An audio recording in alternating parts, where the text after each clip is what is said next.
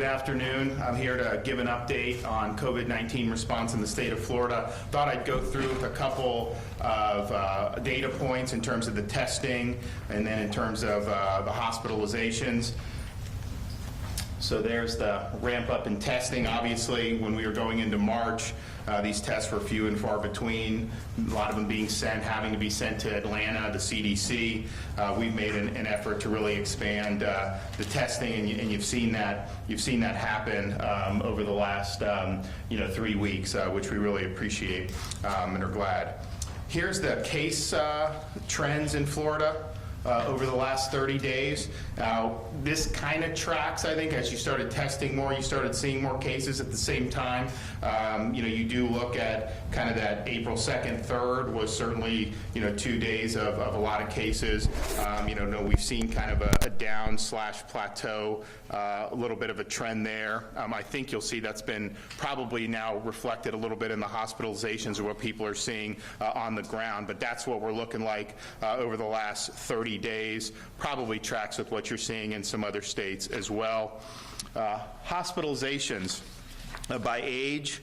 Florida, we have a majority of our hospitalizations have been folks who are age 65 or higher, and even, we've had a number that have been over 85 years of age. Now, obviously, if you're in that 55 to 64, there have been some hospitalizations there, and even 45 to 54. But once you hit that 65, that really increases your risk of being hospitalized due to COVID-19. And that's something that we've stressed from the beginning with people who are 65 and older, and particularly those that have an underlying medical condition. And I think what you'll find is those folks under 65 who are hospitalized, you'll see a lot of underlying medical conditions in that population as well. Here's the hospitalization rate per 100,000 of the population. So again, likelihood of being hospitalized for this much higher the older you get. Obviously, of course, very low for folks who are in their younger years. This is when we were starting all this. With coronavirus, when it really started to get hot and heavy, with the 15 days to stop the spread, some of the measures that we took in the state of Florida, other states took other measures as well. The main reason was to slow the spread so that the hospital system would be able to cope with people needing to be hospitalized due to being infected. And the idea was if you just did nothing, the infections would spike, it would overwhelm the hospital system, and then obviously that would be bad for COVID patients because there wouldn't be enough, but then even normal patients for other things wouldn't have the hospital resources, and so you're talking about hugely negative health outcomes if that were to happen. And so what we've been doing in Florida is making sure that the hospital system can cope with the COVID-19 patients. And I think what you'll see is if you look at March 20th, there were a little under 15,000 Class 1 beds available throughout the state of Florida. Now there's almost 22,000 beds throughout the state of Florida. So even in some of the areas in Southeast Florida that have the majority of our cases, actually about 60% in the 3 Southeast Florida counties, most of those hospital systems have between 40 and 45% of their beds available. So in terms of this maxing capacity, I think we've not seen that here because I think a lot of things were done, to ensure that we'd be in good shape. Same thing with I think the story is the same with the ICU bed availability. Prior to really having the COVID, outbreak where a lot of people were being hospitalized nationwide, Florida had 1,665 ICU beds available statewide. Now we're about 2,500 statewide. So you've seen, a pretty big increase over the last period while we're dealing with COVID. And again, that's because you're trying to flatten the curve, doing things like stopping the non-elective surgeries, which we did to make sure that we had enough hospital space and could cope with the infections. Here's just a little bit of a comparison.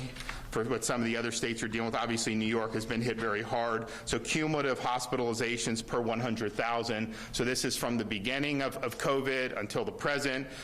Florida's had 14.9 per 100,000.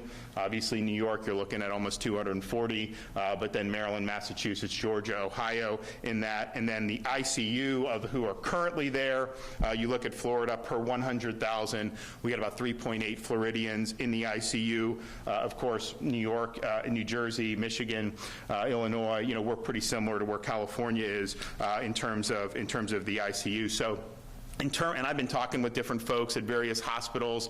I think that if you go back a month ago, most of them were understood we had a mission and they were good, but there were some whose, you know, hair were on fire, you know, the world was, you know, they were really worried about what was going to happen. I think now people feel like the trend has been good, and I think really across the state, I think they're confident that they're going to be able to handle the COVID patients. Of course, you watch it every day to see how this is going, but in terms of flattening the curve and in terms of making sure you have hospital utilization available, you know, clearly we have not gone even close to busting the medical system here. In fact, I think Florida sees it and other places around the country is because there's been so much space created, I think you're starting to see some people get laid off on the other end of this, and so you may see some hospital resources diminish. I think we can mitigate that and not let that happen here in Florida, but you are seeing that throughout the country. So flatten the curve, all about the medical system. That was the number one reason to do it. You know, the people that were kind of in this field, when you flatten the curve, they actually project the same infections to happen. It's just they're more spread out so the medical system can deal with it. So that's what I think has been something that we've been monitoring probably more than any other thing. I mean, we know there's some people that get COVID-19, don't even know they have it. Some people are asymptomatic. Some people have very mild symptoms. But what about those folks who are going into the hospitals? I mean, that's something that's really, really important. So I think the message is just let's just keep doing what we're doing. But I think the trends in this respect have been very positive. Now that we are seeing these trends, we obviously got to be thinking about what the next steps are for the state of Florida. I know the president has been talking about, you know, the quote reopening of the country. Some other governors in the Northeast, out west, have talked about what kind of the next phase of this looks like. And we still don't know everything about this coronavirus, and we obviously watch the data on an hourly basis, even a minute-by-minute basis. But it obviously is prudent to start thinking about and planning for people getting back to work and getting society functioning in a more healthy way. So I am going to be putting together a task force for the resurgence and reopening of Florida. You know, we'll release all the names. We're getting everybody on board today. Hopefully I'll have those names out to everybody by the end of the week. But what I want to do is tap into people in elected office, people in business, people who are involved in education and all kinds of things, and get the best ideas about, you know, what's the most prudent way to move forward. So I'll be seeking advice and ideas on, you know, pretty much everything under the sun: small business, agriculture, restaurants, tourism, large events and conventions, recreation, international travel, K through 12, as well as higher education. There are a whole host of things that we need to be thinking about. We're also specifically looking at, and I mentioned this I think yesterday, the day before, testing. Now, we've done a lot on testing, but I think with the new technology that's available, I think a lot of employers are going to want to have easy access to tests that can be done quickly. Hopefully you get the instant test, but if not, at least be able to get one within 24 hours. And so I've got folks working on that. What does that look like? You know, what type of resources can we leverage to do it? I think it's just been a capacity issue in terms of Abbott is producing 50,000 of these cartridges a day to go out, but we've got a big country. We've got 330 million people, and so we are getting those in Florida, which is good, but that's really being used by our first responders, hospitals, nurses, and doctors, which is understandable. sustainable. So there's a whole host of things that I think need to be done, and we want to get the best ideas that we can for that. This is not, I think there's a lot of focus on, what will the president do? What will this governor do, or this or that? And obviously that matters, but part of this is just going to be based off, how people feel about the situation. Do they think that we've gone in a good direction? Do they think that this is something that, that the risk is minimal enough? Some people may not think that, and so it's not going to just be about what government does. I mean, government obviously is going to have a role here, but some of the things in Florida that took a hit would have taken a hit regardless of anything that the government has done. So I think it's going to also be not only talking to different people, different industries, different people that represent different parts of the state as elected officials, but also getting a sense of what the folks think and how they're going to respond. I want people to get together on this task force. I want them to talk. I want them to come up with ideas very quickly, and that's what we need. Time is of the essence, and we want to make sure we're getting all the best ideas as possible. I'm also in contact with the White House's council on the recovery and the resurgence, and they've solicited input from me. But I also would appreciate when they come out with whatever guidelines they come out with, whether it's the CDC, whether it's the White House, whether it's others. I think it will be very, very important. But at the end of the day, we had a lot of great things going on in the state of Florida. This has been an external event that has really changed the economy. It's changed a lot about how our country operates and how our state operates. But I think that the folks who've been negatively impacted that, whether economically, socially, or otherwise, we do have a responsibility to think about them and figuring out how people can get back on their feet. I'm also pleased to make another announcement today. Florida will be receiving $173.6 million for federal CARES Act education money. So Richard Corcoran, our commissioner, is working on a plan to submit to the federal government about how we use it, and hopefully we'll be able to turn that around in a matter of days. They've given us a lot of flexibility with the use of these dollars. We can use them anywhere from pre-K through higher education, and we appreciate the assistance, and I look forward to working with the commissioner on his plan very soon. Speaking of the economic recovery, I'm mindful very much of all the individual workers who've been displaced by this sudden shock to the system. These are folks who were working hard, they were doing the right things, and through no fault of their own have found themselves in a state of unemployment. And I think even more than the economic is kind of the emotional toll, because you don't know what's going to happen, you're not sure where the money's going to come from, and so that's something that really, really matters a lot to me. I was disappointed in the initial response in terms of this website with the unemployment, and I basically put the message out, we've got to do all we can to do better. And I am happy that there have been a lot of progress on that front end that's been made. We've now added over 100 new servers to build the capacity to receive applications online. We have over 1,000 people now taking calls, and will likely be over 2,000 very soon. Normal times, you're looking at a couple dozen maybe that are taking calls, and so this is a real significant ramp up. I think it's needed, and I'm glad that they're doing it. We also did an unprecedented call for 2,000 state employees across various agencies to have an all-hands-on-deck approach so that they could help their fellow Floridians. So we have 1,000 of the 2,000 who've been earmarked are now actively working on unemployment compensation and reemployment assistance. We reached out to Federal Express, and they are now mailing free from their FedEx office every day applications, and we've gotten tens of thousands of applications through that way. And it was a way around. If people couldn't get on the website, they needed to be able to submit. But because the website was slow, we set up a new website, a PEGA website, and that website is working, and we've received, in the short time that website has been up, 500,000 submitted claims. And so some of these folks could not get it through on the old Connect system.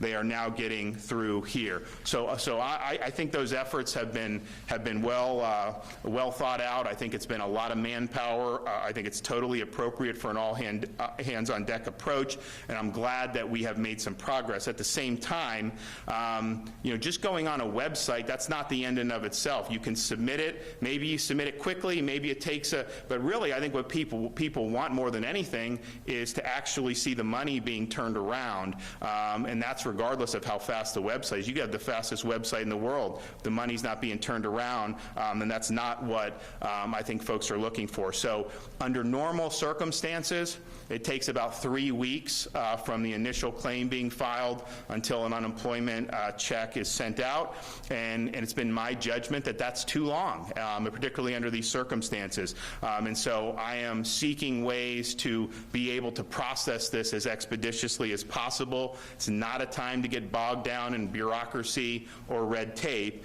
and accordingly, I am appointing the director of our Department of Management Services, Secretary John Satter, to take over the COVID-19 response at the Department of Economic Opportunity. John has helped us a lot, getting us where we needed to be on the call centers. He's also helped us with getting these servers where they need to be, and his mission is very simple: get assistance out as quickly as you can. He obviously oversees the division of the state government where we have the state technology.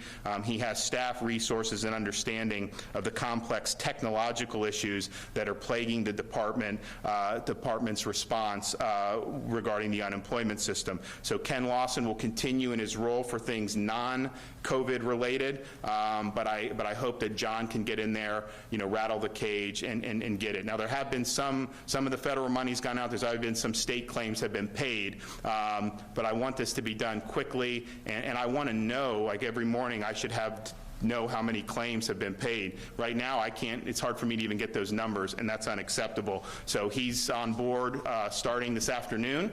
They had a meeting at 3 o'clock today, and we're going to continue to prioritize this as one of the most important things we can be doing right now. And accordingly, in conjunction with that, I spoke with Congressman Brian Mast today, and you have a lot of people going into congressional office to help seek assistance with reemployment. So we want to work with Congressman Mast, any other offices, about using PEGA, other ways that they're able to help the submission of applications, and we're happy to work collaboratively. So we're going to be working with Congressman Mast's office, and we're happy to work with any other congressional offices in the state of Florida.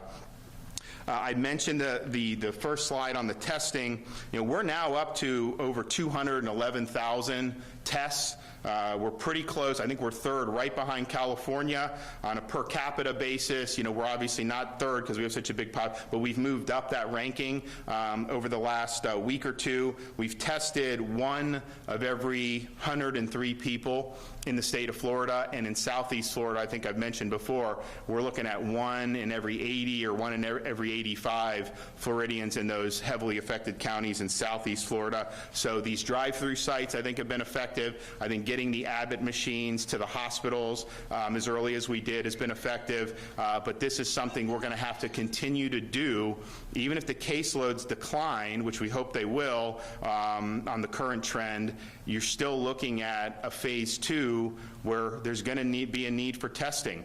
So it's going to be something we're going to continue to do, and we want to make sure that folks have an opportunity to get tests. Update on the travel, we have now screened 20,085 travelers, either by plane or by car, coming into Florida from the hot spots in New York City or in New Orleans. The vast majority of that is New York City. They're still doing flights, and one of the things I want the task force to look at is, given that we're such a destination, we have people from all over the country coming to Florida, all over the world coming to Florida. If we eradicated the virus today in Florida, someone flies in from Brazil or somewhere else and brings it, how are we going to deal with that? And I would like to see the the airlines involved with that solution, because we're going to have people coming. We've actually had people, I can't stop travel into the state. I can screen and isolate under my emergency powers, but if people are coming, they're here, and so I really would like to have assurances that anyone getting on a plane, particularly from a foreign country, is tested or has the antibodies, so that we're not seeing this spread in Florida by people coming from outside the state. For the latest updates on our fight against COVID-19, please text FL COVID-19 to 888-777. You get up-to-date information right on your phone. Again, that's FL COVID-19, 888-777. Questions? Yeah, Governor, can you clarify Secretary Satter's role is, it seems everything at DDO these days is COVID-19 related, so. Well, so for example, I mean, if there's business opportunities as we get in there with the recruiting, then obviously Ken can handle that, some of the hurricane relief and things that the agency does. But in terms of the unemployment, this is, John Satter's at the helm there, and we wanted to see, real swift action. How many claims have been processed so far, and how many are outstanding? So we have processed from PEGA. Well, so I don't have exactly that number. I have what's been submitted. I ask for the numbers every morning, and it's one of the reasons why we want John in there. I think that we need to know exactly how many claims are paid, not just on a daily basis, but really on an hourly basis. And so that's just a change that needs to be done. Someone comes, we're supposedly have a batch. Did it go through? Well, we don't know. That's not the way this is going to work, and so we've got to get that going. So that's one of John's charges: get it moving quicker, but also give us updates. I'd like to be able to come out and say, X number of checks went out yesterday. X number of checks are going to go out by 5 o'clock, or whatever you have. And I don't think that the response has been sufficient in that regards. Governor, is the decision to bring in the DMS secretary to run Connect and whatnot, is this a sign for Director Lawson? I mean, is it? I don't know what else is going on at DEO.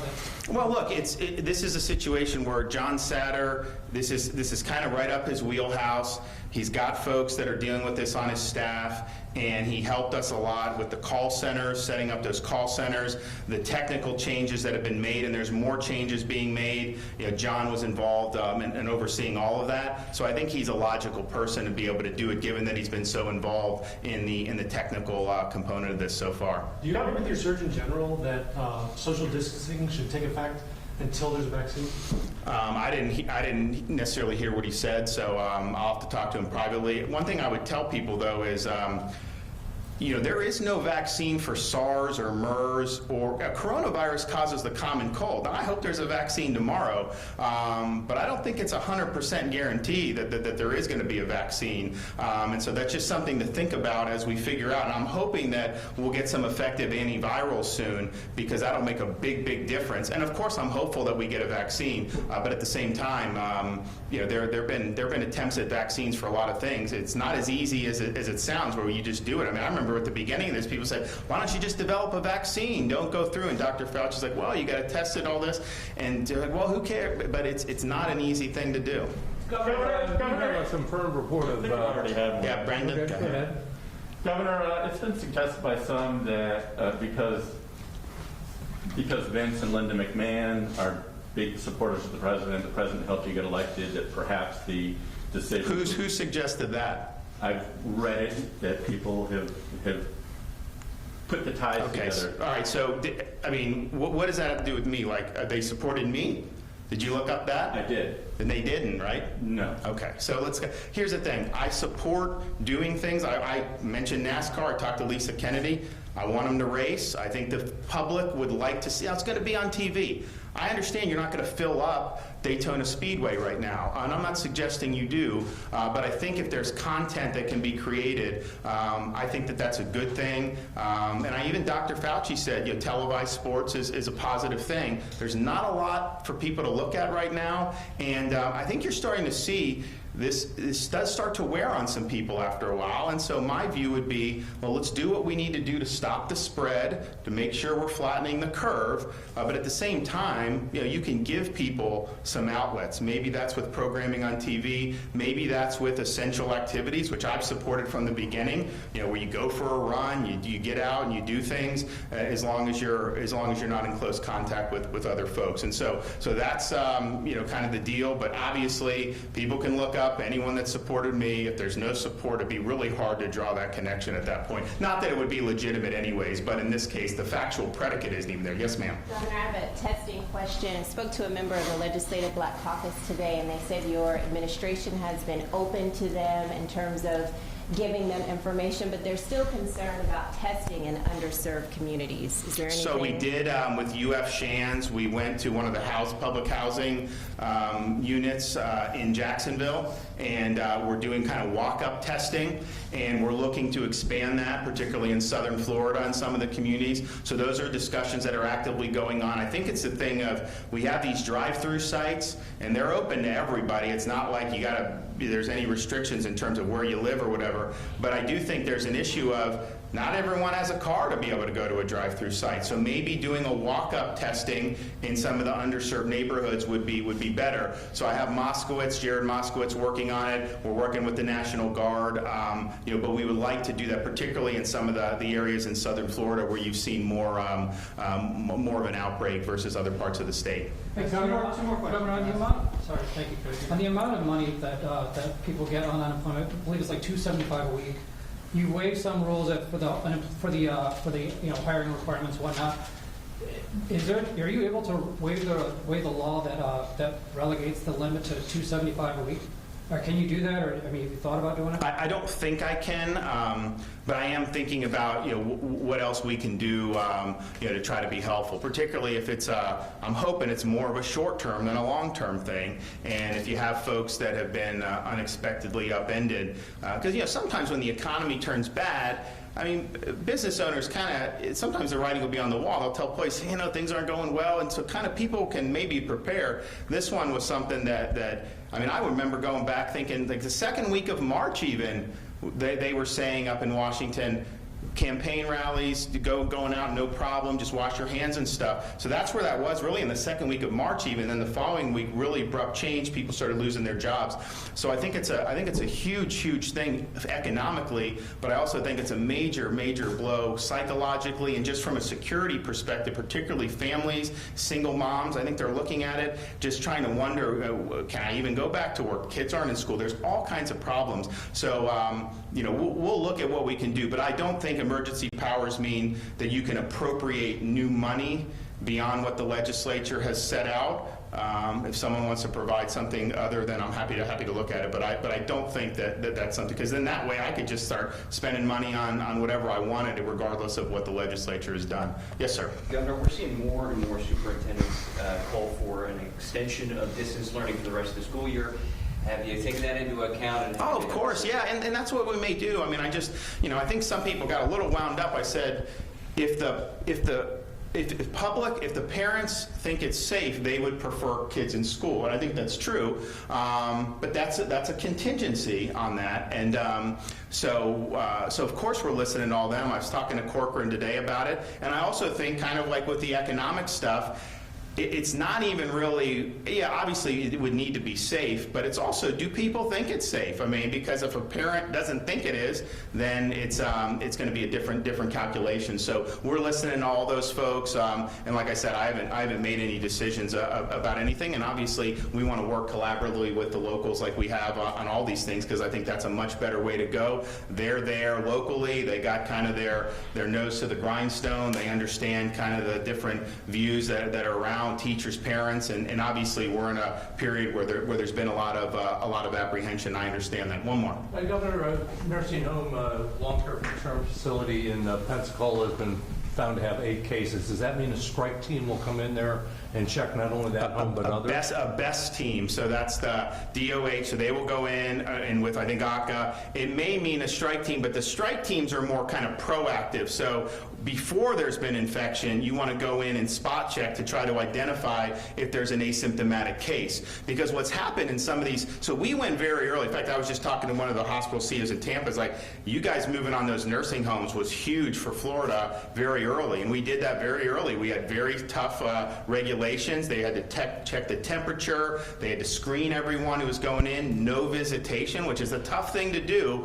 And that really did, I think, in many cases work, but it's not going to be enough if someone doesn't have symptoms. So what happens is these workers go in. Some of them, you had people that were sick that should not have been in. That's for sure. But there's some of these cases where people will go in and they don't even know they have it. They're not coughing, they don't have a fever, but yet they're able to spread it because this is an environment where a lot of the workers are working very closely together. So you'll have some of these situations where all of a sudden you'll have a dozen staff that get infected. So the strike team is trying to be proactive on that, to try to identify those cases, and then if you find one or two, isolating them and making sure the residents in particular are safe. As we, in some of the hospitals, are working great on this too. It's really a team effort. I mean, the guard's important. I was talking to some guys at the Cleveland Clinic, and what they've done, because they have the instant Abbott test, when there's a potential flare-up, they get down, they test, you figure out if there was an outbreak, where it is,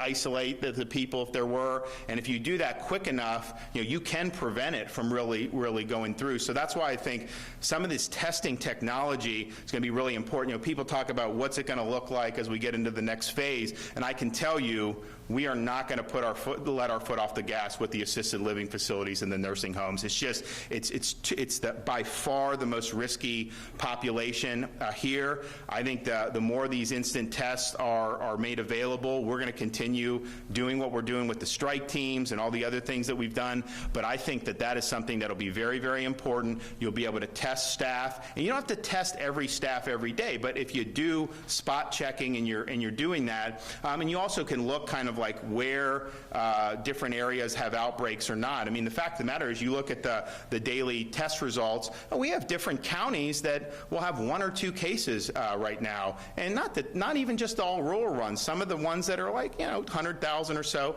you have just a handful of cases. There's other places where you have more cases, and so you keep that into account. And then if you have different employees that have been traveling different places, then that would be something you take into account. But really being on offense on that, I think, is going to be very, very important. That's something we're going to have to continue to do, for the long haul. I'm hoping with the serology tests and some of these other things that as we identify people, and assuming that the immunity flows from that will allow us to be able to at least let some of those folks visit, and then if their folks are testing negative as they come up, family members, that they could go up as well. But you really do got to have those things like the Abbott test to be able to do it. So we are also, I told, so we have the 10 teams out, and I told Moskowitz, I said, look, can we do even more teams? And so I've told them to try to do more teams to be able to go. A lot of these have been in the areas with more outbreaks, like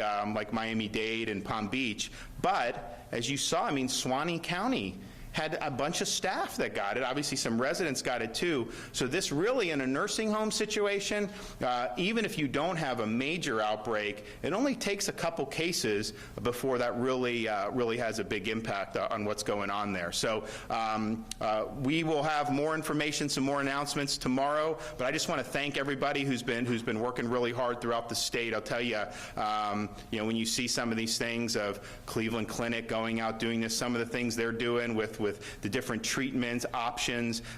People are doing things in our medical community here that have just been absolutely fantastic. They have definitely saved lives and done it repeatedly, and so my hat's off to them. Thank you.